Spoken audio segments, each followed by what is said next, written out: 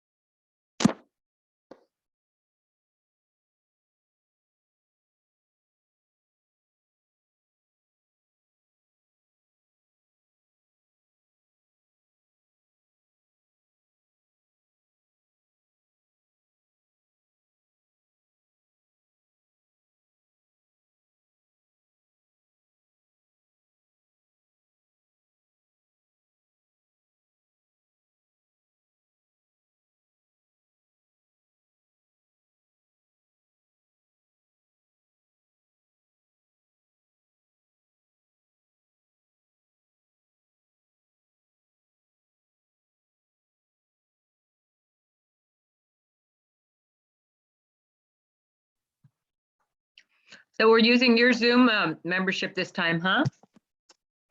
Yeah, it's easy for me to control it, and it won't run out at the end of 45 minutes or an hour. So That's nice. Thank you. glad to do it. Welcome aboard. Thank you very much. How have you been? I'm good. I'm in Michigan, so we have winter here. That's right. Mhm.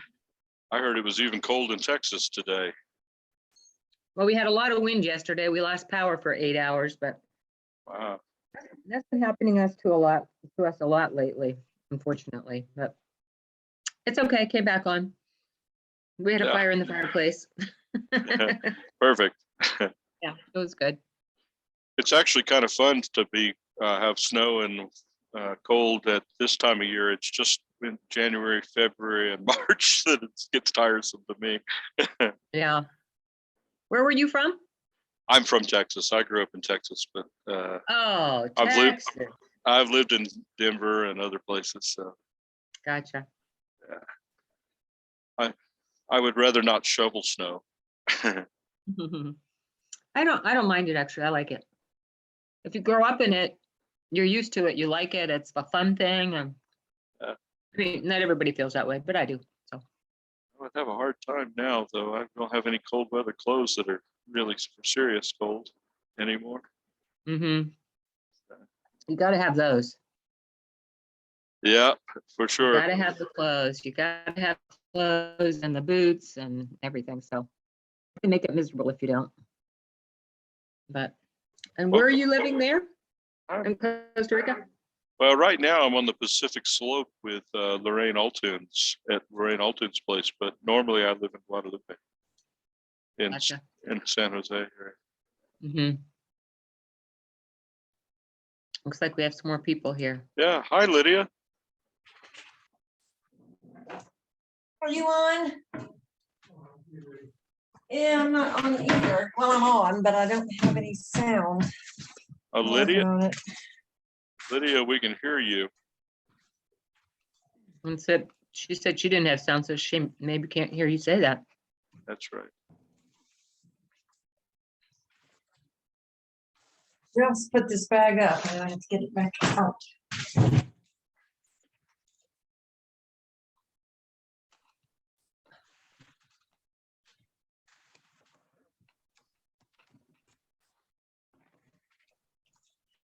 Oh, there's Julio. Can't hear him though. He's on mute. You're on mute, Julio and Elsa. You're okay now. Can you hear Julio? Yep. Okay. Well, All hi. right. Hey. How are you, Nancy? Hi, Kim. Hi, Keith. Hi. I thought I saw Lorraine a little earlier. She's getting ready. She's here, All but in right. another room. I know she's with us. Okay, all right. Well, we'll wait a few more minutes. How's everybody doing? I'm good. All good. Yeah. Good. Nancy, how are you? Hello, Nancy, I can't hear you. She's on mute. Nancy's on mute. Lydia. Oh, there's Lydia. Hello, Lydia. Oh, okay. Now you can hear me. Okay, Good. Good. How about Lydia? Lydia. Can you hear us, Lydia? She said she couldn't hear earlier. Right. Did she unmute? You can unmute Lydia so you can hear us. I don't think And she you can can hear hear. you. She can't hear you. Hmm. We could hear her earlier, but she couldn't hear us. Huh. Oh. So I don't know. Sure. Here we go. Uh, There's Lorraine.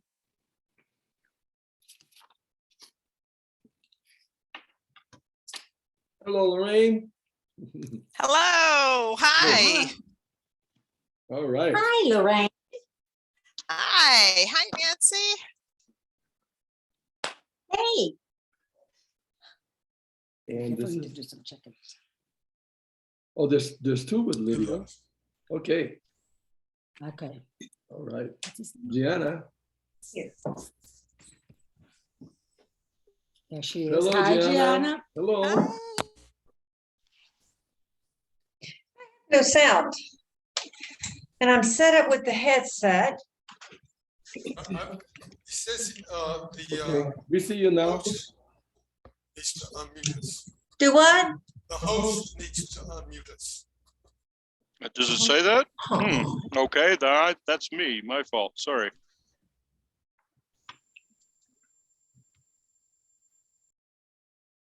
Seems to be unmuted now.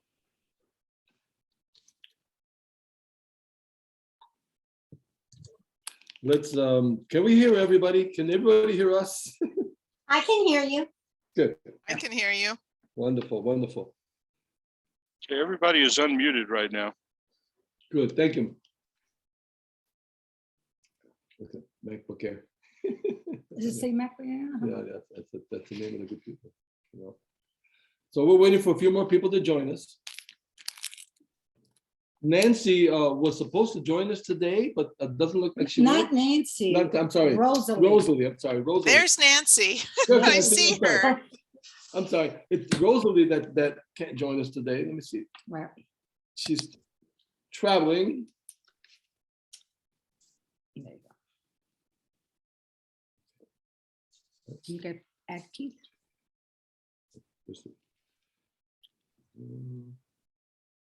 Are you two drinking cojito? That's what I want to know. No, we got LaCroix. Oh, go for the cojito. You didn't make any this year, Julio? I think we had too much of that last night. We went to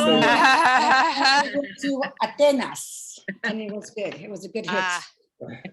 Yeah, yeah. it was nice. Coquito and a little rum and a little beer and, you I know. still can't. I got home. Can you hear? Well, Yeah. I'm looking at this. I got the headset. We Go can in here. hear you. we Where? can hear you. Into the Zoom Yeah. Okay. and was it dead? I mean, you think it would be settings in here, but I can't find settings in here.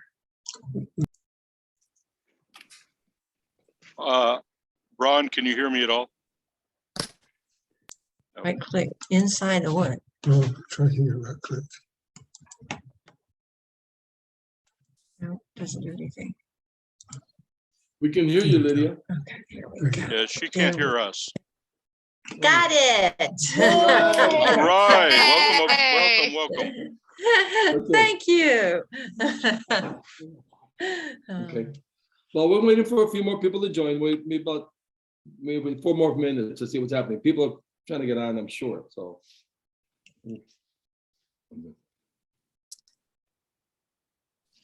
There's Steve. Hey, Steve. There he Steve, is. good to see you. Even if it's only a picture of his. Yeah, so far. There he That's the is. real Steve. That's the real Steve. now. Hey. Can you hear us? Can you unmute him? Okay, I just unmuted myself. Okay, Perfect. All right. okay, very good. Okay, we'll be starting in a few minutes. Okay. Having my coffee. Good. Good. Happy Sunday to Happy everybody. Sunday. See my UU Yeah. shirt here?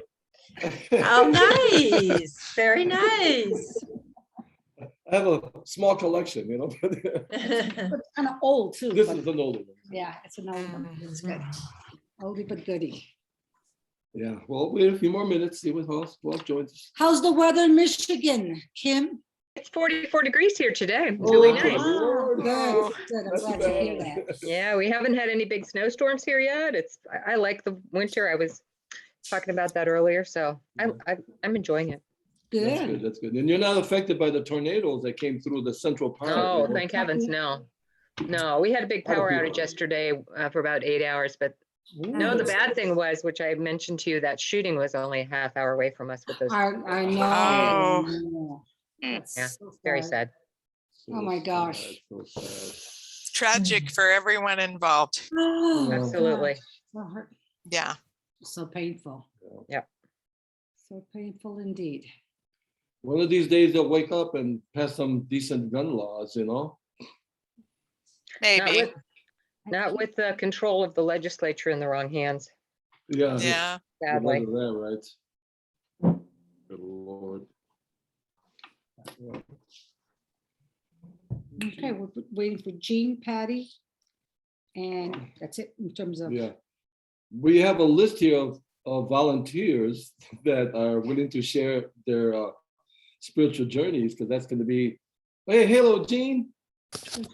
Hi, Jean. All right, Hi, all right, Jean. okay, okay. Wow, good to see you. Yeah. Look at her hair. Your I hair is love all that different. hair she has. I'm jealous. I wish I had a lot of hair like you. Beautiful hair. And we're hoping that Patty will join us. She's a yoga teacher. She'll be leading the next session that we have, but she was willing to share her journey, so hoping she can come on soon as well. In about 1 minute, we'll get started, and I'm sure other people will be joining us as we go along. Great. Keith, let me thank you for making this possible. And we're Absolutely. still working out the kinks. We're still working out the kinks and everything. So bear with us. We'll perfect this as we go along. And get better at this. So Where's the agenda? it's right here. Let's see. Can I let me show you the agenda while we're waiting a little bit longer. Keith, can I share the screen? That's a good question. I think you can. Let me, Okay, let me try that. Okay, let me try that. Host has disabled? Yeah, that means that I should be able to do it. no, it probably means that you can't. So give me a second. I've Right. got to go to All right. share screen. Now, allow participants to share screen. Now you should be able to see if you can. Okay, Again, let me try that. Try one more time. Okay. Let's see now. Then share the screen. Share everything, right? There How's we that? go. Now we Okay. got it. Got it? Yep. Yes. Everybody see that? All right. That's our agenda for today. Let's see. We Just might have as to well get started. scroll up a little. We can only see the top. Oh, there you go. Okay. And talk about the. That, just to give you an overview of what we'll be doing today, you notice that we have readings, a poem, a brief opportunity for joys and concerns, but the maximum time that we're going to spend together today is sharing our spiritual journeys. And as you can see, it's hard to estimate, because what I need to do is get a commitment from you, or actually do a little vote or a poll to see how long we're going to spend time together today, because it can be 90 minutes, it can Or be 60. 60 minutes. So, and I want to respect everybody's time. So let me get an indication as to how long, Minimize it. yeah, well, how long do you think we can stay together today? What's the consensus here? I'm fine with whatever everyone else wants. Okay, Anybody 90 else? minutes works for me. 90 minutes is good for me. okay. Okay. Anybody else okay with 90 minutes? That's okay? All right, Yes. it gives us more time. It gives us more time. All right, so then let me just welcome everybody and say that I know that we are going through some interesting times and difficult times. I know that some of us live in Costa Rica, others have lived in the United States. Probably most of us live in CR. But if any of you are like I and Elsa and I, we do care about what happens in the States. course, We have absolutely. family, we have friends, we have colleagues, we have, we care about what's happening there. And I know that this is a difficult time for us to be going through, especially if we are people of conscience, people who believe in social justice. So, and of course, we're watching how, among other things, our democracy seems to be struggling to survive. Not the topic of our conversation today, but I just wanted to provide a little bit of context and welcome everybody, and welcome everybody who can join us in the future. We're going to start with the chalice lighting, and let me Where's the chalice? scroll it down so that we could see what we're going to. We generally light the chalice and recite this together. Right. Let me see if, Well, welcome, everybody. Good to see you all. see if I can get this thing lit here. Okay. You have a lighter? Yeah, I have a lighter.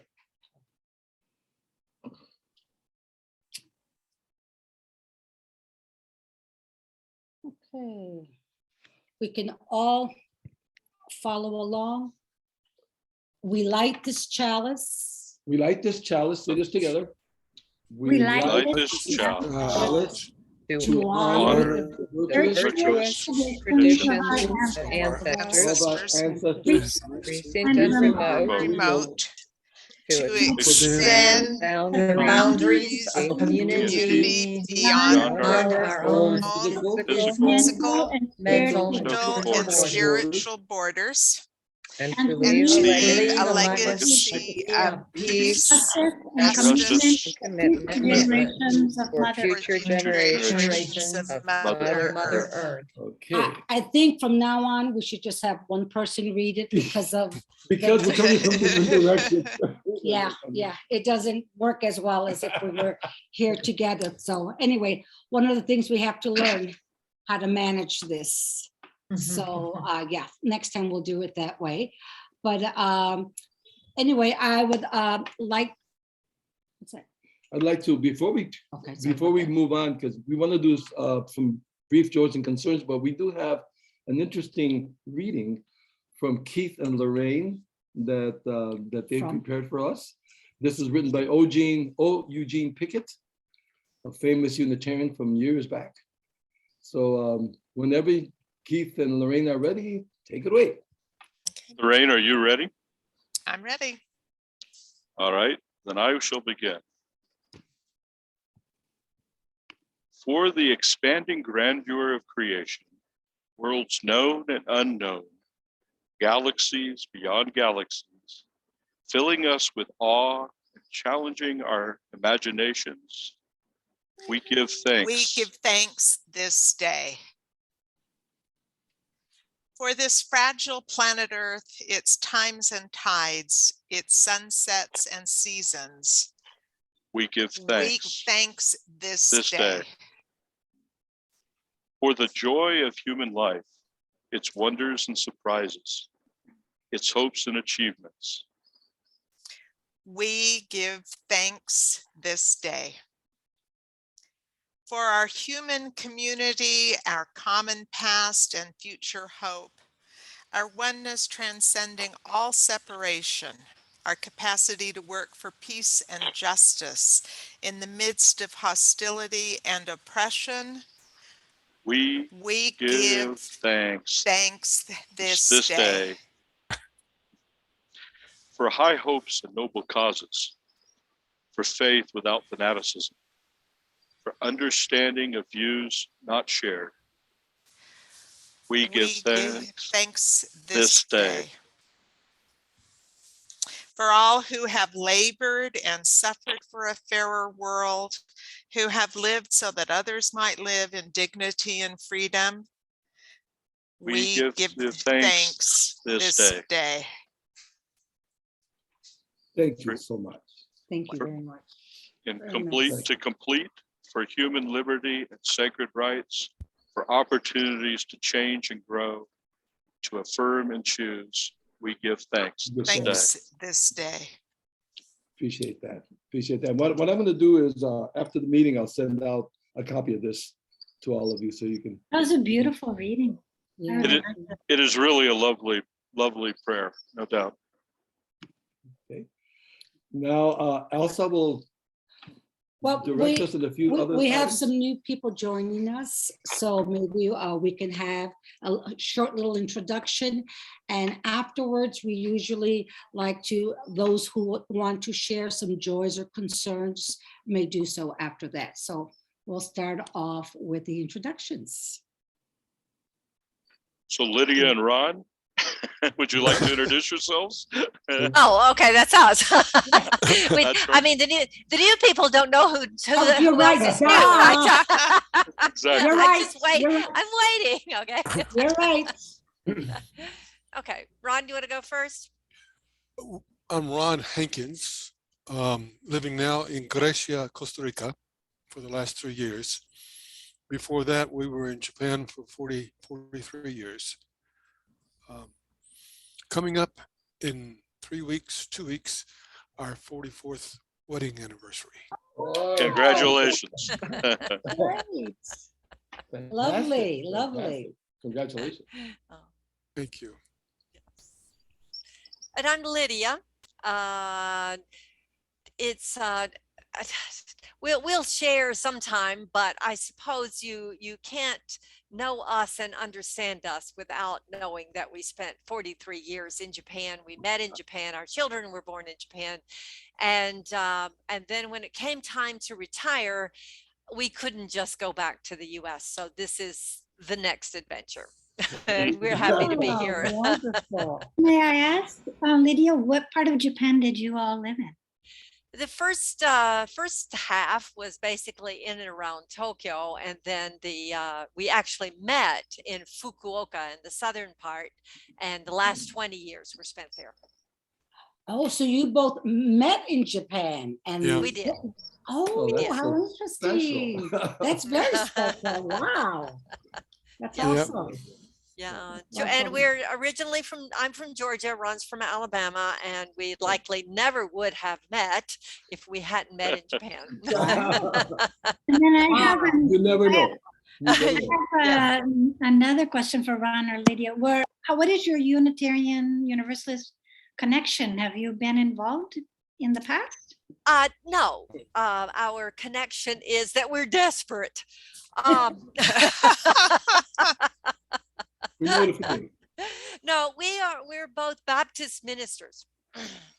Oh, And so there must be some degree of desperation that brings us here today.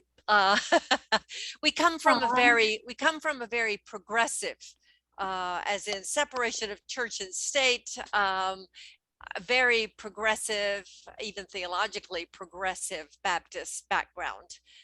And certainly in Japan, it became even more progressive, more social justice, more peace issues, and I was very involved in that kind of stuff in Japan with the Japanese, and so there's nothing about Unitarian Universalism that doesn't agree with me. Okay, so we're visiting. You're most welcome.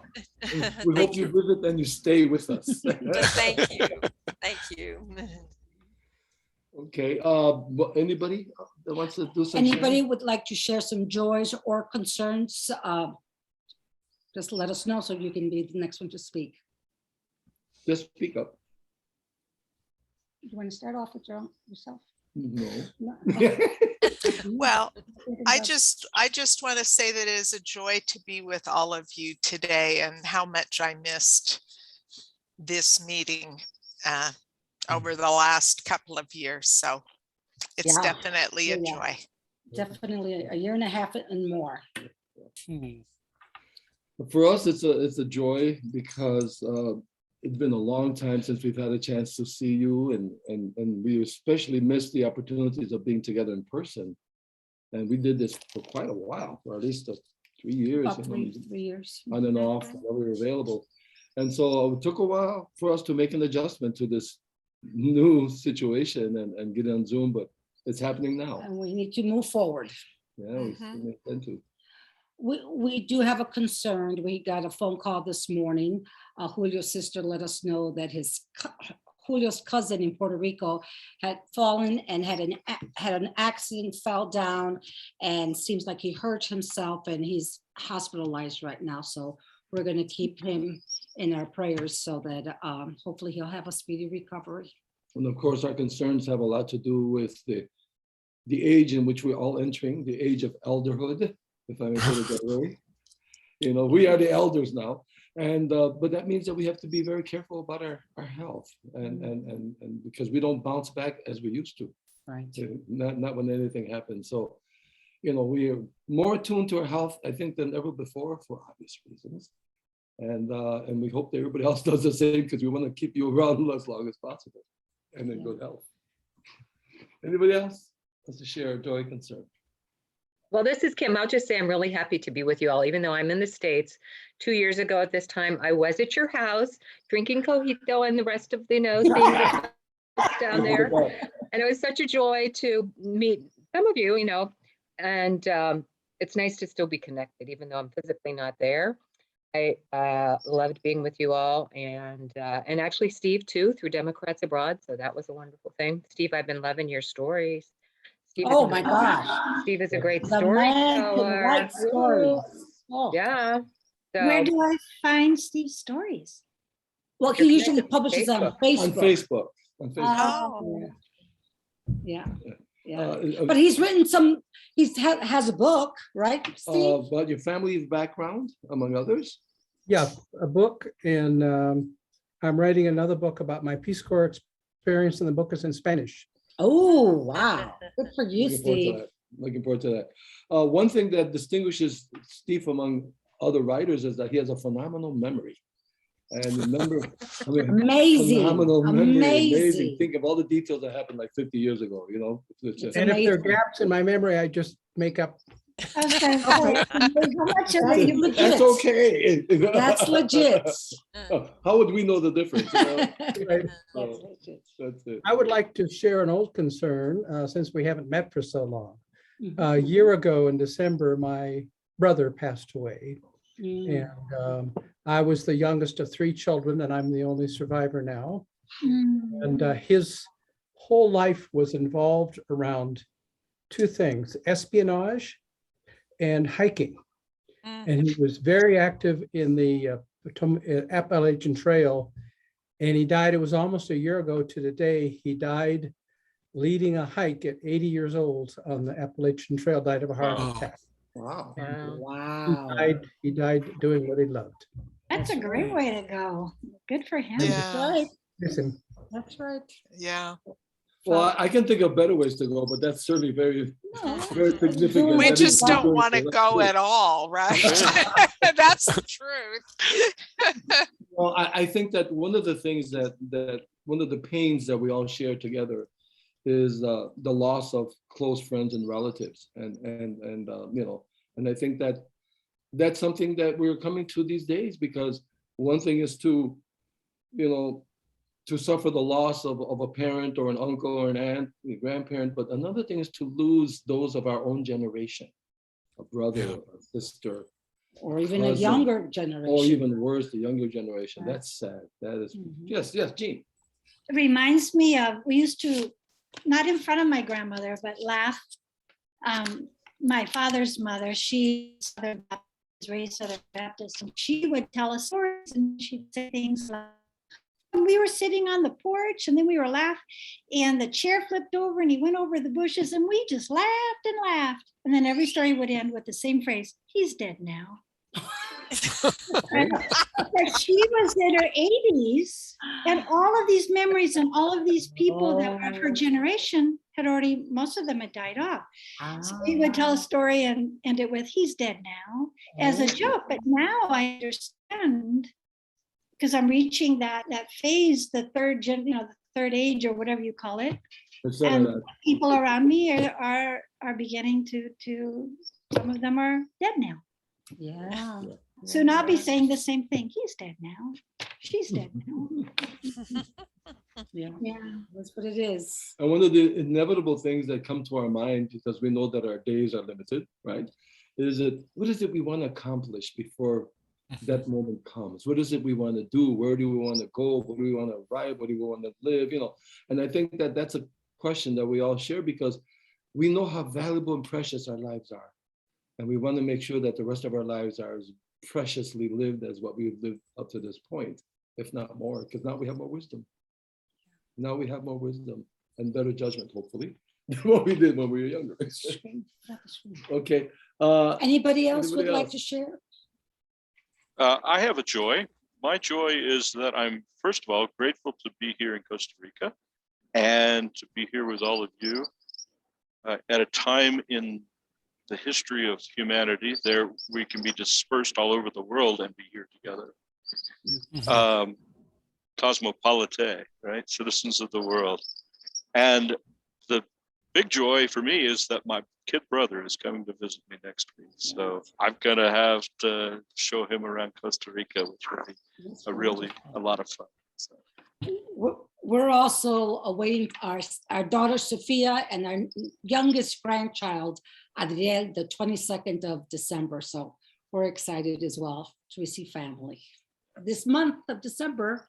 And it looks like things are getting pretty, I don't want to say crowded, but comparing to last year, I think the beaches are definitely going to be more crowded this year than last year, since things are looking up here in Costa Rica, COVID-wise. Yes. Until the next wave. Omicron. Omicron, not as dangerous as the Delta, but more. Up to now. Yeah. Hola, Gerardo's coming in. Gerardo lives in California. That's right. Haven't seen him in a while. Let's see what happens. Hope he comes in. Connecting to audio. There you go. Yeah. Let's see if we can. Gerardo used to attend our meetings here in Costa Rica. He's Tico, living in the Hola, United States. Gerardo. Hola. Can you unmute this guy? Gerardo, mira a ver. Who's working on it? Hola, There. ¿cómo están? Muy bien, Gerardo. Muy Buenas bien. tardes, buenas tardes. Ay, buenas Gusto tardes. verte. Sí, gracias. Why Igualmente. don't you introduce yourself, since we're just getting started before we move on? Oh, okay. Yeah, well, en español o en inglés? In English. We're doing English today. Yeah, hi. My name is Gerardo Zamora. I'm originally from Costa Rica, but I have lived here in the United States. I'm actually right now in California. I have lived in California since I was 11 years old. But in 2017, I went to visit Costa Rica because I retired, and we spent 3 months there. And other than that, I wanted to tell you that I've been a Unitarian Universalist since 1985. So this past year, especially with the pandemic, it's on and off. And I finally am going to Emerson Unitarian Universalist Church in Canoga Park, but through Zoom. Actually, I just got out of a Zoom session. Even though they opened the church, now we can go in attendance, but it's a little bit far, and maybe later I will do that. And what else I can tell you? I love the Unitarian Universalist Church because of its principles, mainly, and also because the freedom that it has given me to explore many spiritual paths and feel encouraged, you know, like Buddhism and Hinduism and all the other isms. But I was, as you know, if you're born in Costa Rica, most likely, you know, you're a Catholic. So I was born a Catholic in the Catholic Church, and now I'm more a Buddhist and Hindu type of person, or just simply, you know, anything that is with love, you know, that cares about humanity and all the human or all the living beings in the planet.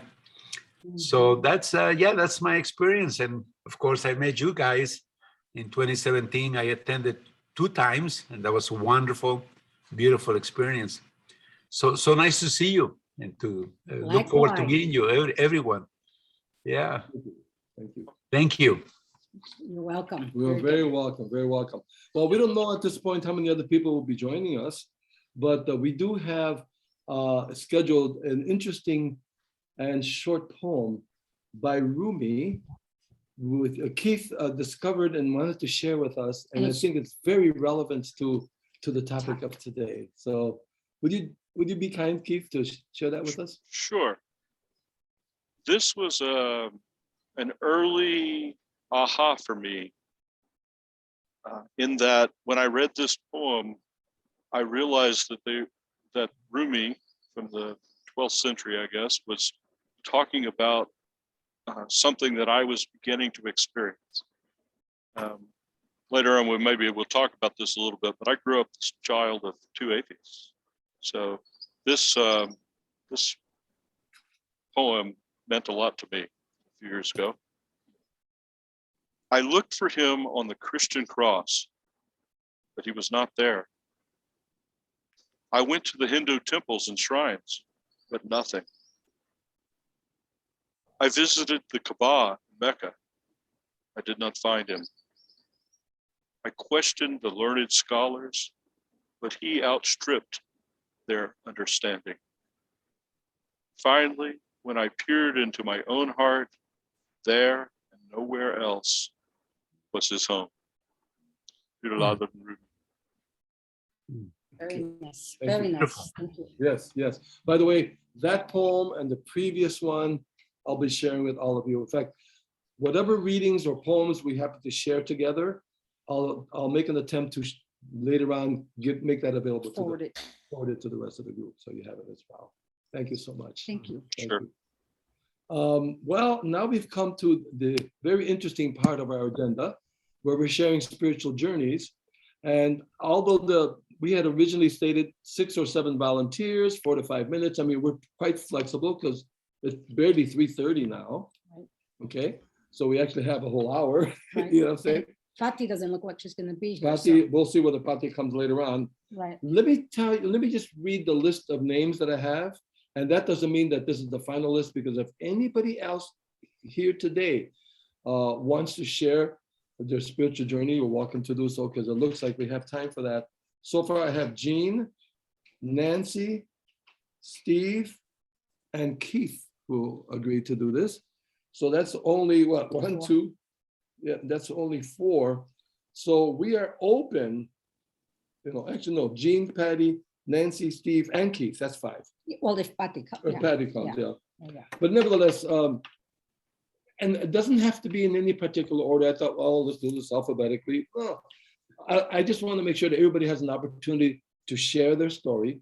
And let's say that at this point, let's take 5 minutes and let me just explain how we want to do this. And that doesn't mean we'll always keep on doing it this way. We've never done this before, so we're starting a new tradition. I'm suggesting that each person take 5 minutes total. And within that 5 minutes time, they can talk about their journey and leave, let's say, talk for 3 minutes, a couple of minutes for Q&A or for responses, or you can take the whole 5 minutes, or you can just take 2 minutes and have 3 for Q&A. It's up to you how you split up your 5 minutes. Does that make sense? Yeah. And we'll just start with that right now. And I'm not particular about the order in which we do this, but I do have the names here, the 4 names, and all 4 of you will have opportunity to do so, and anybody else who wants to join in. So let me ask, is there anybody else who's willing to take time to join, to share the spiritual journey? Kim, maybe, or Lorraine, or I would like to do it at one point, Sure. Yeah. Well, we'll have a chance today because we have time, evidently, to do that. Adding Gerardo to the list. Now, I'll tell you what, let's get started. And as we go along, if anybody else is inspired to share their journey, then we'll add them to the list and we'll have a chance to listen to you. So I have 1, 2, 3, 4, 5 at this point that are here. It doesn't matter to me the order in which we take this. Well, let's start with Jean. If you're ready. If you're ready, we'll just go down the line, no particular order, just the way I wrote it down. So, all right, Jean. Okay, well, it's so good to see everyone. In thinking about this, I planned to write something else because I didn't want to waste time. I wanted to make this something everyone could feel a connection to. So I'm not sure that I am going to achieve that, but that's my hope, that you find something in what I tell you that somehow speaks to yourself or part of your own journey, because all of us have a different journey. And even our definition of spiritual is going to be very different. So I think that for myself, the base that I began with from my childhood, in a sense, set me up for everything that came after, which is true for everyone. And mine is somewhat unique in that, as Keith as well, my parents were both atheists, and they did not believe in a God or gods or even a higher power or spiritual force. And it was about the principles of the UU Church and love and compassion and humanity and the things that we espouse as Unitarian Universalists. Then when we moved to Iowa, I was around 7 years old, and we joined the People's Unitarian Universalist Church, which is also a secular church. And it was a very tight group of about 100, 150 people, had an excellent religious education program. The church was very involved in social issues in the community. And so I had that then as my second home. So I had my family, this very educational focused, rich with music, creativity, expanded to the UU Church. While in the high school, it was, have you accepted Jesus Christ as your savior? It was a very, very conservative community in rural Iowa. We also had a Unitarian minister named Walter Kellison for many years, who was, I didn't realize the impact he had, because he had the ability as an orator to just tell his sermons, or whatever you want to call them, were just amazing. And he taught us children and myself that there is no answer and not to be afraid. That we should be open to explore. And I think with those combinations, I think my spiritual journey and my challenges has always been to examine everything, or try, that's my goal, is to try to examine everything that I think is reality and turn it on its head and re-examine it and try to see, is this true? I assume my biases or my perception of reality, well, all the different words that you could describe in different capacities, to see that as a challenge. And then as a child, we also worked with the Lakota, my family, my father through it, my mother through the work, indigenous tribes. So I spent, like when I was 11, 12, with an indigenous group, where they accepted me because I was a child. And one of my best friends was one of the kids in the group. And we would stay up at night to guard the camp with the medicine man, this boy and I. And I didn't know at the time how much effect this would have on me. And then the FBI were around us. And I remember making a cake for the boy, my friend, and he was turning 12. And the FBI at the gate to the farm, our farm, where we gave the group of these people a place to live while their family members or their tribe members are in trial, took a knife and stabbed it through my cake.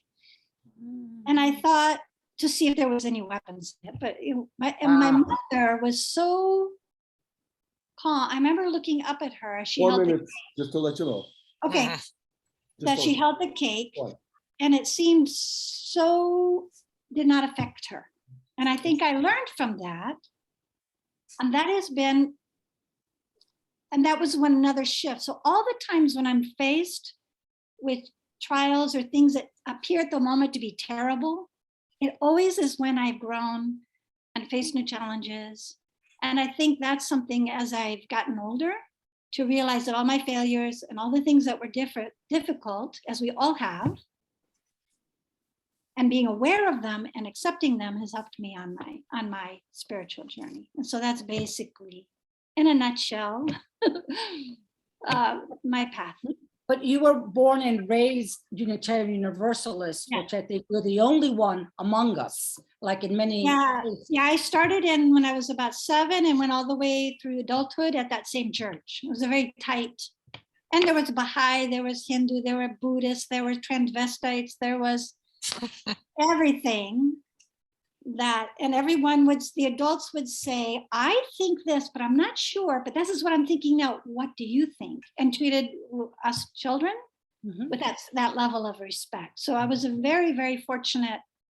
And I remember thinking in the past that the people who grew up Catholic and had to face the change maybe grew more than I did, because I didn't have to struggle through anything. I never questioned, I just kept going. But I thought, no, I've had other challenges and other things that I've had to, because there is an advantage of having to re-examine and challenge yourself to separate yourself from a different religion or dogma or way of thinking. But we all have our different challenges. So I don't regret that anymore. So that's it. Thank you. Thank you so much. Thank you, Jean. Thank you, Jean. Now, I'll tell you what, we don't know how much time we all have together, but I think that at the end, if we have time for discussion, we can come back. You know, people can probably ask questions to specific persons who did. So let's keep that open to extend the conversation. Thank you so much. We'll have to start here. Jean, thanks a lot. Gianna, thank you for joining us. When I connected, Yeah. the whole computer went down. Oh, No. And I had to call my genius, who told me all kind of things to do to try to get it back up, and it just came back up. Okay, great. Welcome back. We are in the midst of sharing personal journeys, and Jean just had a wonderful testimony, which you missed, but maybe later on you can catch up with that, because Keith has done us the favor of recording this. Are you not? Thank you so much. I appreciate that. Okay, in no particular order, Nancy, could we hear from you if you would like? Okay, well, I don't have anything prepared, so it's very extemporaneous and probably very short. But I was not raised in a religious or spiritual family at all. I was taught to be seen and not heard, so no questions were asked, no discussion. I heard nothing. But my grandmother, who lived with us, was a Christian Scientist, and so I was. My twin brother and I went to the Christian Science Sunday School, where that was very dogmatic. We were not encouraged to ask questions. Once or twice I tried and it was shut down and told just to learn what they were spoon feeding me. And that's all I knew until I married a very devout Christian Scientist and was married to him for 19 years. But somewhere along the way, I began to see the hypocrisy and began to question things. So I left the Christian Science Church and found unity, which in terms of the metaphysics is very, very similar. It's not dogmatic, but it's very similar. So that was easy for me to accept, and it was a wonderful sense of community. And from that, just in a crazy way, I found the Unitarian Church and began attending that. And I'd never been in a church where people could have their own spiritual beliefs. And, and I met Buddhists and Jews and atheists and agnostics, and all in the same church, which was like, wow, I didn't know that was possible. I thought we all had to believe the same thing. And I really enjoyed that. Yeah. Then due to a set of personal circumstances, I decided, and it had nothing to do with the Unitarian Church, disappointing me anyway, but I ended up going back to Unity and was very involved in that. And I also became a student of A Course in Miracles. That's how I was introduced through the Unitarian Church to A Course in Miracles. And that was back in the 80s maybe, and became a pretty devout student of A Course in Miracles, which is not a religion, but it is a spiritual path. It's a progressive path.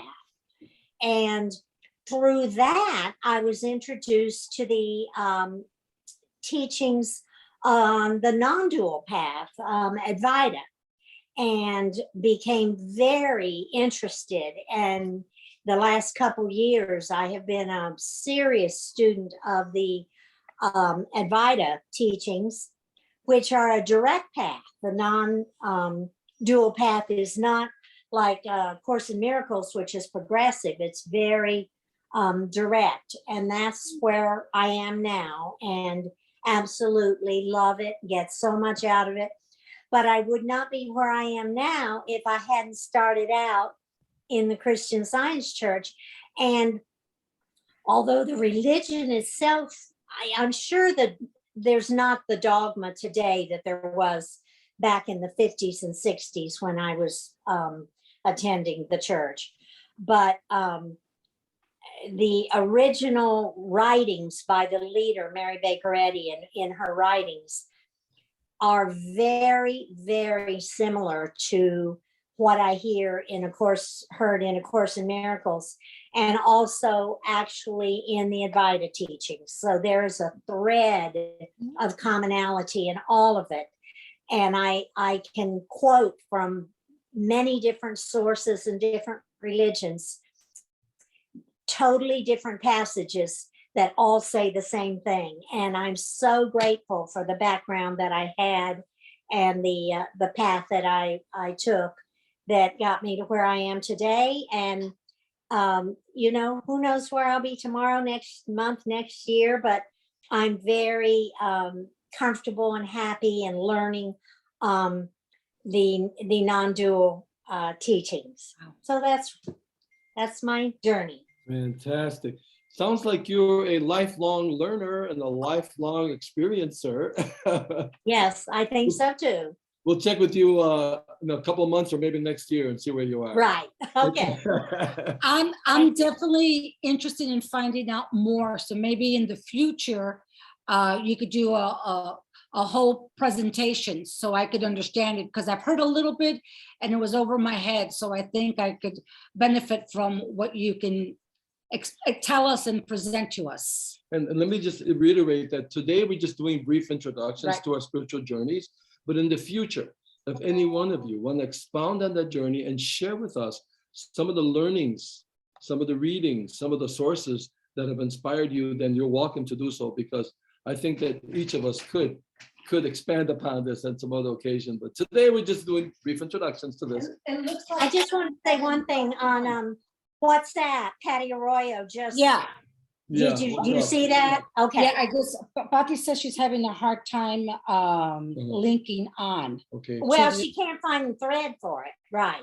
Well, she did get the email and all the numbers are there. I don't know. Right. But there were so many emails. I think it got buried inside and, you know, the latest one. Yeah, she has to look at I found that out. Okay. Well, thank you. Thank you. That's all.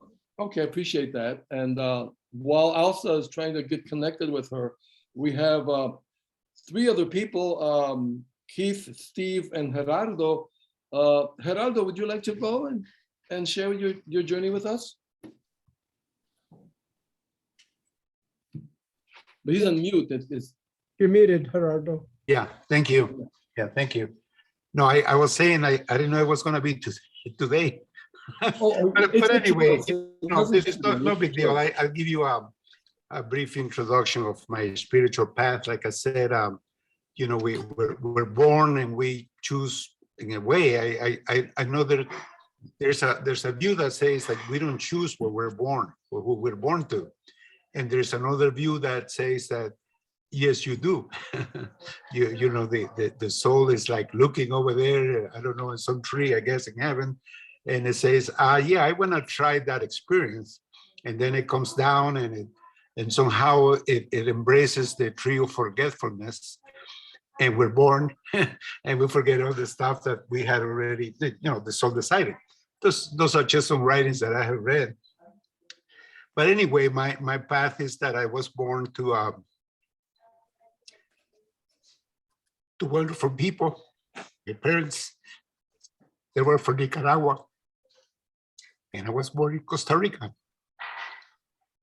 Beautiful country.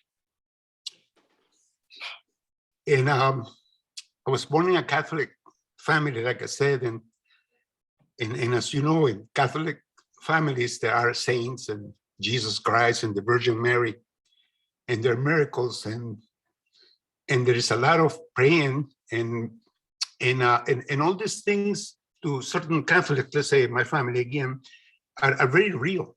You know, it's the place where you're embedded, and all is very real. And as a little kid, I believe in the stuff like a little kid believes in Santa Claus. And the things become real, you know, their presence and there's little miracles that happen and all that. And then after that, I'm obviously participated in all the rituals, you know, like the baptism, which I had no say. I supposedly was born in original sin, which, you know, what did I do, you know? I just got here, right? We know about And that. yeah, and then we had the Holy Communion, which, you know, dressed up, and we have this long candle. I think mine was kind of crooked, to be honest with you. And then you go through this, you know, like if you're getting married and so on and so forth. And I wanted to be very honest with the priests, and very honest with God, especially. And so, you know, it developed a lot of guilt feelings because, well, I was a little kid, but let's say that I did a white lie. Well, that's, you know, that's could be a what do you call it, a grave sin or a little sin, whatever. But you know, you start getting those guilt trips, right? So that, you know, you start going to the priest and you say, well, you know what? I wanted to kiss this little girl. And the priest said, how old are you? Well, I'm only 9. Oh, well, you know, but I felt bad, right? But nevertheless, you know, that was my trip when I was a little kid. Then we came to the United States, and I excelled in my studies, and I wanted to be a scientist. So I studied real hard, and I love math. So I excelled in math, and then in physics and chemistry, you know, stuff like that. And pretty soon, especially when I went to college, the professors, which were atheists and agnostics, they would say, well, there is no need for a hypothesis of God. You know, there's no need for invoking angels and stuff like that, for the planets to go around and for magnetism to work and so on and so forth. So I decided to join them. After all, that's what I was studying, and became an atheist in that sense that, yeah, there's no need to be invoking supernatural beings in regards to the material world, you know, the physical world. And then at one point there, I decided that, well, there was a trip to Costa Rica, and I had a nun that was my aunt. And I thought, well, I'm going to have to go say hi to my aunt, and my aunt is going to ask me, how have you been doing? What you study and all that stuff. And I remember that I almost, you know, roll up my sleeves, because I thought, well, this is going to be a little bit of a confrontation here with my aunt, you know. I'm an atheist now. And my aunt was looking at me and said, well, what have you been studying? I said, physics, you know, the F equals ma, and, you know, the law of gravitation and blah, blah, blah, you know. And then she says, what about God? 5 minutes. Just That's to 5 let you minutes, know. okay. Keep on Well, going, keep on going. let's stop there, yeah. And but that the crux of this story right here is that there was no fight. My aunt says, well, do you believe in love? And I go, I thought of my girlfriends at that time. And she says, no. The love that you have for your mother, you know, for your aunt, for your grandmother. And I said, of course I do. And the love for God, yeah. And then she touched me in my heart, and she said, that's all you need to know. So that was a point that I got there. Anyway, thank you. Tell us a little bit more about how you came to UUism, Gerardo. I think we have a Oh, little well, that's bit. another story, but you know, the thing with me is that when I, you know, essentially I dropped out of school in my 20s, and then I started working as a computer programmer, and then I met some friend of mine, that he loved to go into nature. So we used to go to like San Francisco and the parks over there, and take the camera, and we used to smoke pot too, and we used to have our own hangouts and watch TV, and thousands of pictures that he had taken from Bryce Canyon and Zion. and then we drank wine and all that stuff. And I told him, hey, man, and his name was Gordon. Hey, Gordon, wouldn't it be nice if there was a church where people would go and read poems and do plays and have dances and, some romances, some kind of like, some, the real life, but in a church. And he says, the Unitarian Universalists, they do that. I go, are you crazy? He goes, yeah, they read books, they read poems. And I go, shit, how come I never heard of that? So then I started like going, where is there one? Where is one? And to wrap this up a little bit faster, I always had in the back of my mind. Then in 1985, I was passing by this church that was in the shape of an onion like this, very beautiful. And I thought, I'm going to stop there one of these Sundays. And I did. And the Sunday that I stopped, there was a young reverend, and he was doing a sermon on Waiting for Godot. You know that play, right? Waiting for Godot by, I think it's Samuel Beckett, right? And the guy was, going to the theatrics, and he threw himself on the floor. And, remember Estragon and Vladimir and all those characters and all that stuff. And man, I thought, this is my church. And I went there and I talked to the guy, and it really did. It became my church. I mean, there was openings. I learned about, the 7 principles, about being honest, about being just, about exploring, different explorations like dreams in the different spiritual paths. There's so many, right? I mean, Buddhism and Hinduism and Christianity, Judaism, being an atheist, I mean, there was beautiful things. I mean, life is beautiful. And that is one thing that I appreciate about Unitarian Universalists, that, we talk about life, about experiences, and every one of our experiences is a whole world, a vast universe of things. And much more later in this more recent years, I have become transpersonal psychologist. And in transpersonal psychology, I mean, experiences matter a lot. There's some experiences that connect us in distant spaces and in time. There's no space-time. There's just your experience of life. So all kinds of fantastic things can occur in embracing that. It gives us more impetus to explore even further things. Thank you. Thank you. Thank you. Thank you. Thank you, Fernando. Appreciate that very much. We have Patty. Thank you, Patty, for joining us. Keith, is she unmuted? No, you look like you're muted. You're muted. I can't hear you. You're muted, Patty. Okay, Can you? she's not. Okay. No. Well, hello, everybody. It took me a while to get connected, but I'm here. Okay. Thank you. We Okay. have also, we have Patty, we have Steve, and we have Keith, who, like I said before, we're taking about 5 minutes to share our personal spiritual journeys. And either one of the three, whoever wants to go first, Patty, if you want to go, you're welcome to do so.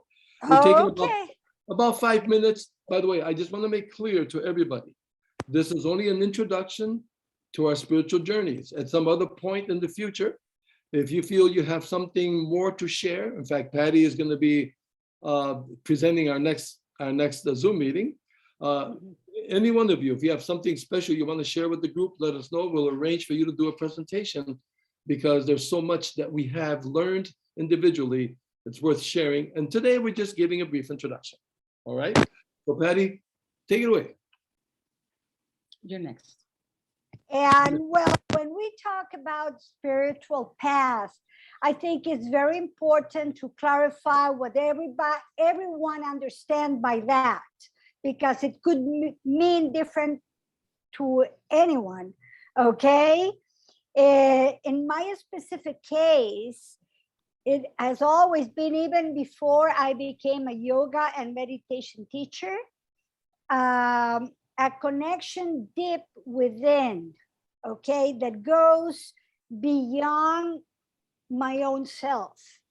Okay, something that really means unity with everything there is in the universe. But in my younger days, this was not really, it was kind of confusing, honestly, because the anthropomorphic concept of God didn't make any sense to me at all, at all.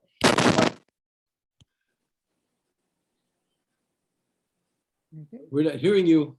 Okay. Okay. Like this? Yeah, okay. I don't hear you well, but I'm having problems with my microphone, but with my earphones, but I'm speaking. So, okay. When I was younger, that concept of God didn't make sense, the traditional way. I mean, my mother had a different concept. She was a combination of mysticism, metaphysical concepts, because of my grandfather, who was even a co-founder of the Theosophic Society here in Costa Rica, because his upbringing in Europe, he had the opportunity to meet and have long conversations with Krishnamurti himself. I mean, that's something. I'm very fortunate to have that inheritance. So my mother, even though she was brought as a Catholic, she was not the church lady. And she was very criticized for that. So Marisa, what do you think your kids are going to grow up to? Oh, no. But I mean, we're good people. And the concept of seeing God in everything and everybody, that helped us to develop respect for a lot of different ways of thinking, different behaviors, and a lot of things. And becoming a yoga teacher was not unusual for someone that had started that path. My grandfather took me to my first meditation class when I was only 21. Back in those days, it was silver mind control meditation. And that's what I learned first. And I meditated under that system for several years. Not every day I was supposed to do, but you know, there were a lot of parties going on here and there. And okay, then I met my husband, who was a Buddhist, a Sakyamuni Buddhist. So it was a completely different concept. And I became a Buddhist as well. And my child was baptized, well, so to speak, as a Buddhist as well. So is it a different perspective of respect to life in different ways. In Buddhism, as well as Christianity, there are many different sects and different and very contradictory practices. Even in Buddhism, that you think that Buddhism, all people are peaceful and nice, but no. There are some sects that are very aggressive. Okay, as well. But Buddhism sees life in a different way. And that concept really resonated with me. So everything was very smooth while I was living in the States with the Japanese ladies. This is a Japanese Buddhism, okay? When I moved to Costa Rica, before that, I went through a special ceremony in Atlanta. They gave me my mandala because I was having a separated family. I was getting a divorce as well. So I moved back to Costa Rica with my baby. So I was given the mandala, and it was the second one in the country. So when I moved to Costa Rica, the congregation here in Costa Rica thought that I was kind of a saint or something, and that I had a special mission, that I had to convert everybody into Buddhism.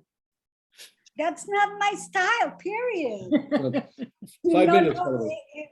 Just so you know. if I can be a good example for people, that's good. Hope they don't copy what I don't do right, okay? But it was horrible. They used to follow me everywhere. They used to park their cars in front of my house, waiting for me to return from work to have a reunion. And I was exhausted, and I didn't want, and they would come to my house, to my office, said, hey, you are not doing shakabuku. Shakabuku is converting other people into Buddhism. So I said, no more. Well, 32 years ago, I had a serious car accident that I almost didn't make it, okay? And one of the Japanese ladies came to the hospital, and I was there like this, and the Japanese lady was telling me, oh, this is bad karma because you were not shakabuku. You were not shakabuku in your friends and family. Then my sister came and listened to that and say, go away. She is Buddhist. She has a big responsibility with the community. You go away. This is not bad karma, blah, blah, blah, blah. And that was the end of my Buddhist experience in a congregation. And I said, never again.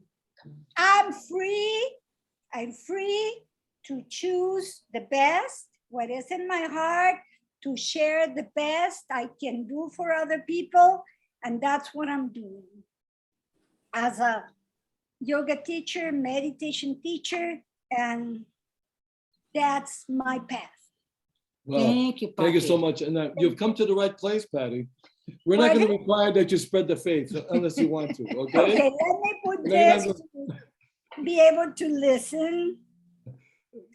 I just said that you'll come to the right place with UUism here in Because they Costa don't- Rica, and we're not going to require that you spread the faith unless you want to. No, Yeah, you don't proselytize. You And don't we're not proselytize. proselytize. We don't Yeah, knock we're on not doors, yeah, unfortunately. well, unity is exactly the base of spirituality. Unifying with everything there is in the universe. Thank you. Thank you. Thank you. We have Steve. Steve and Keith. Keith, would you like to share with us if you're okay with that? Sure. Okay.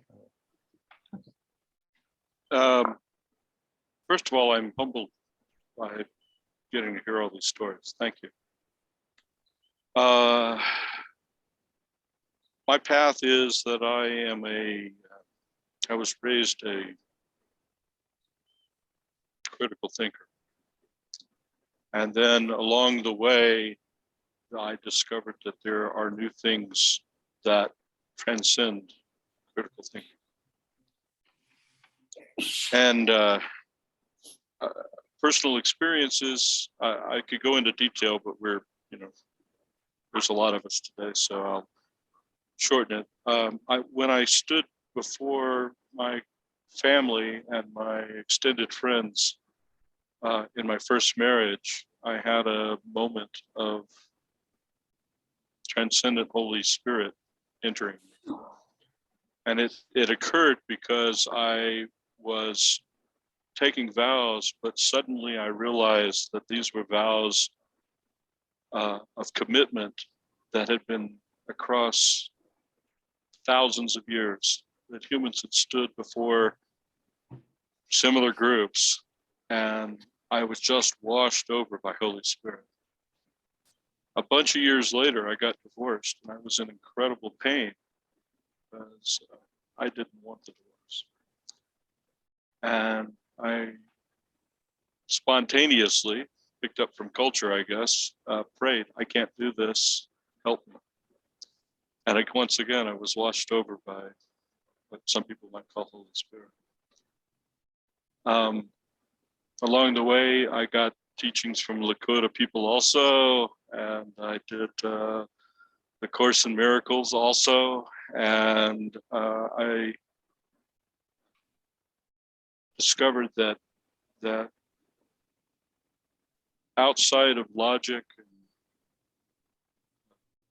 everything else is that I was critical of, there was something bigger that is the love that we all belong to.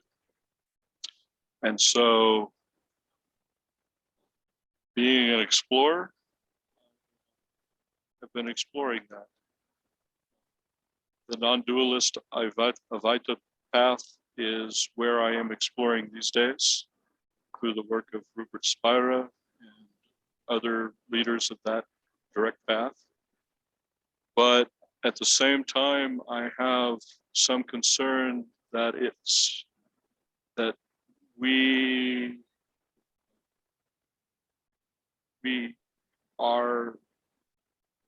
have a social responsibility to the planet, and my concern for that is informing my connection with that which is greater than myself.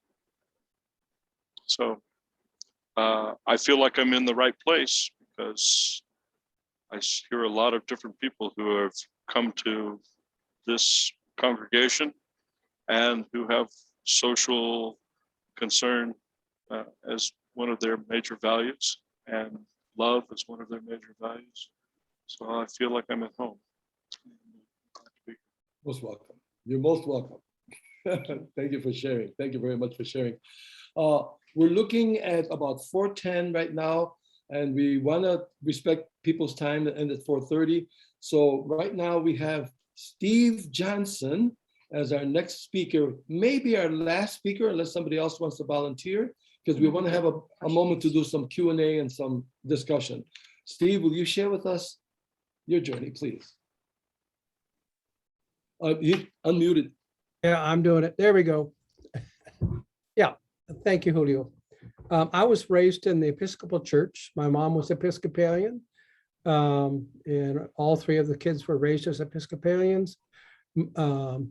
My dad was raised in an extremely conservative church, Christian church, and they weren't allowed to dance or play cards. Basically, anything that was fun, they weren't allowed to do. I don't know how they had sex. At any rate, so procreation, okay? Dad was an atheist, and he was wise enough not to share that with me until I was an adult. And he was a very prominent citizen in Longview, Washington, where I grew up.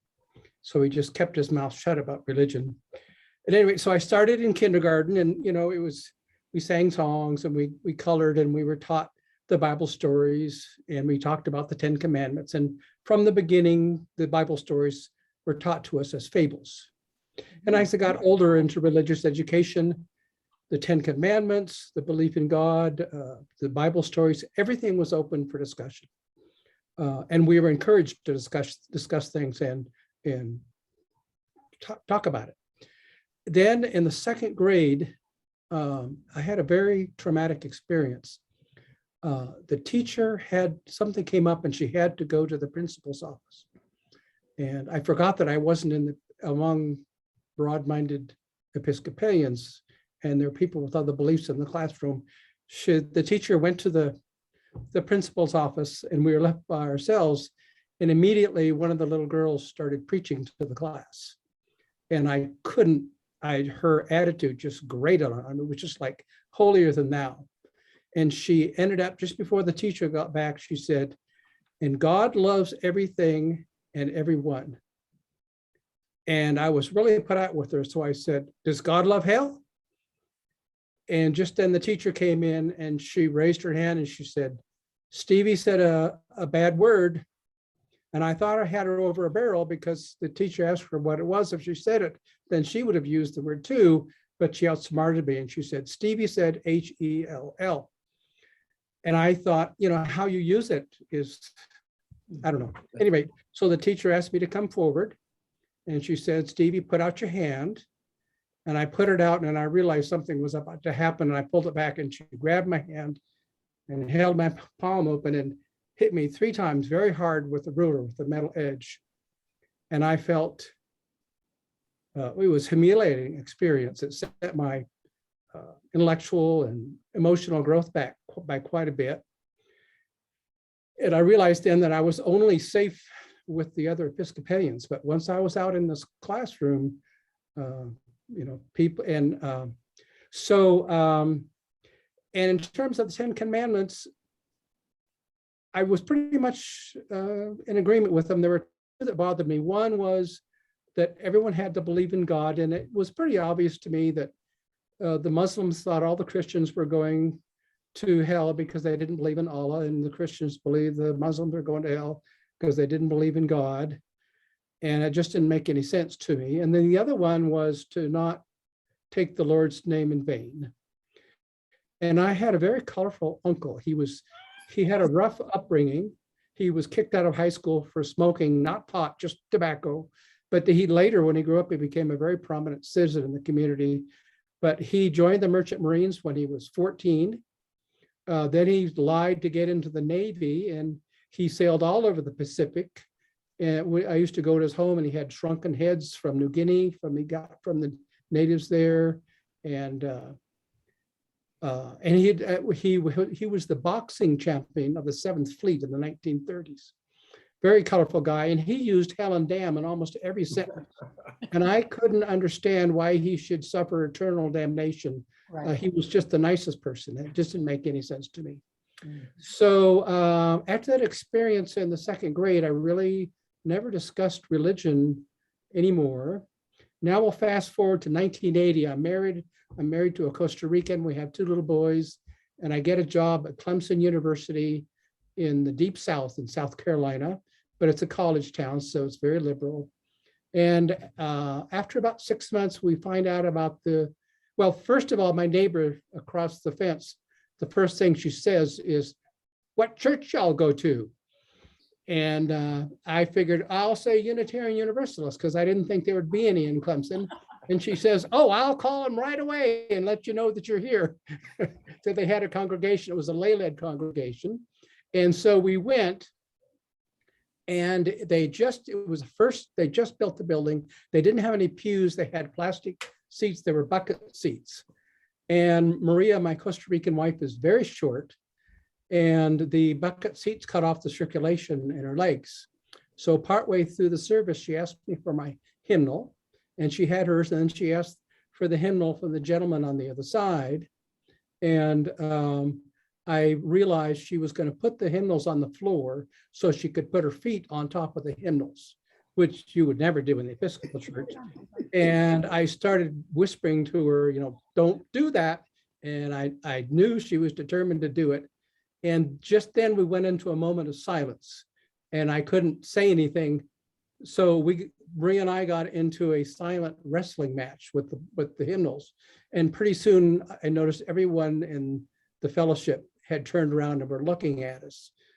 But she got her way. She put the hymnals on the floor and she put her feet on the hymnals. After the service, an old English professor, famous English professor at Clemson, came up and he said, I saw what your wife did with them, our hymnals. And I thought, you know, we were going to be excommunicated or something from the church. And he said, you know, that's the first time in my life I've ever seen anyone do anything practical with the good book. And I knew at that moment that I was a born again Unitarian. And that's my religious story. And then I got very involved in the church. For 2 years, I was in charge of religious education for the children. For years, almost decades, I was in charge of buildings and grounds.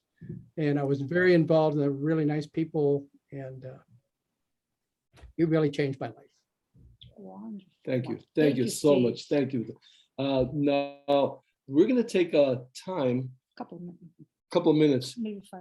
to have a little discussion and because I want to hear in the future from Kim and from Lydia and Ron and Lorraine, and if you're willing, and Gianna, if you're willing in the future. Our next session, which we'll talk about later on, is going to be with Patty. But after that, February. in February, we'll set a date and we'll continue this discussion for those who want to. And of course, Elsa and I will share our spiritual journeys as well. But since we're coming to 4:30, I wanted to give Lorraine an opportunity to kind of give us her impressions of all these different diverse journeys that we've taken. And then, how do you see this going? What are the commonalities? What's your feeling about this, Lorraine? I'm gonna put you on the spot now. Okay. Well, since I knew I was going to do this, I've been paying particular attention, and I can relate this to my own journey, which I would be happy to share in the future. But what I hear is that everyone's story involves growth and progress and a deepening understanding of spirituality and the principles of it. Everyone has talked about how they started one place and then they evolved and ended up someplace else. And that is true for my path as well. And I think that we also are communitarian in our values for love and caring for each other, but individualist in our claiming our authority over our lives and to choose our own beliefs and our own path. And so that is what I hear as the major themes of the stories that were told today. Thank you. I agree. All of us had a period of growth, and I also note that growth wasn't without certain amounts of pain and difficulty and struggle. And I think that's true of everybody's journey, and those that we're going to hear in the future, I'm sure will have those elements as well. So questions, does anybody have a particular question? We have a few more minutes, questions about any one of the presenters or any comments that you have to share about what we've heard. I have one little request. Since you are all in Costa Rica, I believe, can you just tell me like the cities, everyone, where, so I can kind of put you in my mind's map as to, and I'll tell you where I am. I'm in California, and I'm in Palmdale, which is a city north of Los Angeles. Okay. Well, you know that we're in Santa Ana, Yes. right? Okay. Gerardo? Yes. Okay. Yeah, I remember. And Nancy is in Santa Ana, right? Santa Ana. Nancy. Hi, Hi. Nancy. Hi. Hi. I'm Santa Ana also. What other towns do we have represented here? I'm in south of Santa Elena, which is in the Canton of Monteverde, kind of between Canitas and Santa Elena, rural area. Oh, okay, yeah. I'm in San Ramon, just outside San Ramon. San Ramon, wow. Indiana? Grecia. In Grecia. Grecia, Indiana? Escazú. Oh, Escazú, okay. Gerardo, where is your family in Costa Rica? They're in Heredia.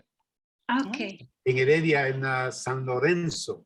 okay. I have family there, and also in Desamparados, and also somewhere in San Jose, but I forgot the name of La Vecindad. And Steve, you're in Heredia, right, Steve? Yeah, I'm San Rafael de Heredia. Yeah. It's so nice to see you in person, well, not in person, but almost. On Facebook, and then we got exchanging conversations, and one of us said, "Do you know Julio and Elsa?" I said, yeah, and then we found out we were both Yeah, Indians. yeah. That was a Whatever. pleasant surprise, yeah. Yes. So How about cute. you, let me see. Kim, Kim, Kim, yeah. I'm in Michigan in Metro Detroit, but Wait, you're in United States right now. Oh, cool. yeah, 2 years ago, I was in Heredia in a Spanish immersion school. And I met Elsa and Julio and Steve and some of the other folks 2 years ago. So I've been connected since then with them. Question, Kim, were you in Ticolingo? I was a Tinkolingo, yeah. Oh, I found out about that afterwards, after you left. Yeah, it's a good school. I really like the people there, yeah. Yeah, they're good people. And I continue taking Spanish lessons so I can improve my language abilities. Yeah. And I That's all. missed it. Where is Lydia? Lydia and Ron, where are you? In Gracias. Central Valley. And And Keith, I'm right now. I'm out with Rain in San Ramon, but I normally live in Guadalupe in San Jose. oh, okay. Well, thank you. Thank you. Thank you so much. What I'm going to do is share the agenda again, and I just want to talk about what we're going to be doing in the future. Let's see. Just a minute. Oh, one more thing about the spiritual journey, Julio. Yes, yes. sure. Go ahead. Just a thought to think about in the future. I'm working on some curriculum related to Lakota stories. And one of the things I was thinking about is forming a group or discussion, or I don't know how far it would go, of elders. And what does that mean to be, I define it exactly, maybe a spiritual leader or a wise elder in comillas. But to take on that role in the whatever stage you call it, first stage of life, as a community. So this is something, I don't know if Unitarian Universalists or any other organizations, if there's a model or something that, but anyway, that's something I want to work on, to throw that out there. If anyone has ideas or is interested in participating. But anyway, that's. Thank you. Thank you. One of the things that's been going through our minds is that we feel that when our group develops and grows, and I'm sure it will, because there's a lot of people who attended who are interested. I know there's a tremendous potential for our faith and its principles here in Costa Rica, and as well as the United States. I thought that maybe perhaps sometime in the future, again, in tune with Jean's suggestion, is that we get engaged in some kind of social justice activity. What occurs to me at the moment, again, this is just an idea, that there are a lot of indigenous groups here in Costa Rica. And these indigenous groups are struggling with many issues, educational issues, health issues, issues of poverty, even issues of trying to sell their beautiful artifacts, and their artesanias. And so I think that, and I want just to throw this out to you, and my idea is this: is there some way we can find some method of connecting with indigenous communities or an indigenous community in Costa Rica, where we can provide whatever resources we have to better their life, a project, an educational project, whatever. So just want to throw that out. And I don't have the resources or the connections for this, but I trust that among those that are here, they including Jean, may have those connections. So just an idea. And I want us to keep this in mind, because when we get to a certain point that we can be helpful to others, I think that we should take that opportunity to do so. Other than, of course, the marches and the demonstrations that we always go to. We ever could get back to that. So, Elsa and I faithfully go to women's marches. We go to LGBTQ marches. Not for the last 2 years. Not for the last 2 years, but before that. And we used to actually have a series of pamphlets, in trifold pamphlets that are developed in Spanish to give introductions to people to our faith. So we're working in that direction, and I just want to open that up so that we're open to your ideas and your suggestions for what we can do to get engaged in some way to promote social justice here in Costa Rica. So just want to throw that out. I don't know if you see the agenda in front of you. Just want to remind you that our next meeting will be the 16th of January. And the reason why we picked 3 o'clock on Sunday, among the reasons, is that there are many congregations in the United States that have their Zoom meetings in the morning. For example, Minnesota. UU First in San Antonio, the congregation in El Paso. So the reason why we pick 3 o'clock is so that you all have the option of listening to and participating in an earlier Sunday service and then come to ours. You know, that's why the logic of the 3 o'clock makes sense to us in a certain sense. Any other comments or things that you want to share with us? Or questions? Or questions that you have? I would just want to make a comment that the indigenous connection, hang on, I'm turning off the double speak here. There we go. The indigenous well, I thought I was. The indigenous connection with the Lakota is very interesting to me. And I have connections with an indigenous community in the Andes among the Quero.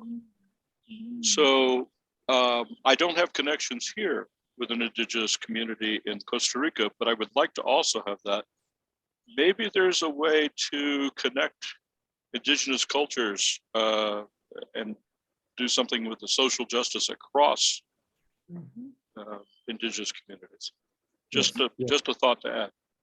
And I appreciate that thought, and other thoughts such as what Jean and Keith shared are most welcome, because we want to be able to find a way that as a community, and in the sense that we all can contribute and we all kind of invest in this, find a way of making our presence known in the most positive way here in Costa Rica, beyond our own spiritual growth, of course. Let's go to extinguishing the chalice, and what I'm going to do this time is probably just read it myself, because it gets a little difficult to do this. But yeah, let me just lower this here. And I don't know if you can see this, but I'll just read this. And with this, we'll end our meeting. We intend to get together again on the 16th. I'll send out all the information, enjoy your Christmas and your New Year's. May it be meaningful, may it be more memorable. And we're going to be in touch with several of you anyway, so I know we're going to stay in touch with each other. And you know the email that we have. So again, if you have suggestions, if you have an idea, if you'd like to do a presentation on a particular topic, please send us an email, so that, because we have plenty of time next year to set up future meetings with different topics, including that of sharing spiritual journeys. We'll continue this tradition as well. And we're very happy to see Lydia, Ron, and Gerardo come to our Zoom meetings. And I hope you felt welcome. Hope you felt welcome here. Yeah, thank you. Thank you. Hope to see you guys again as well. Okay, Yeah, definitely. Let me just read this again. We extinguish this chalice, but not the light of truth, the fire of commitment, or the warmth of community. These remain lit in our hearts until we meet again. So be it so. Thank you. Thank you. Namaste. Namaste. Thank you. Have a good evening and Pura vida. December. Thank you. Good to see everybody. Likewise. Thank you. Bye, everyone. Thanks all. Bye, everyone. Have a good night, good evening. Bye.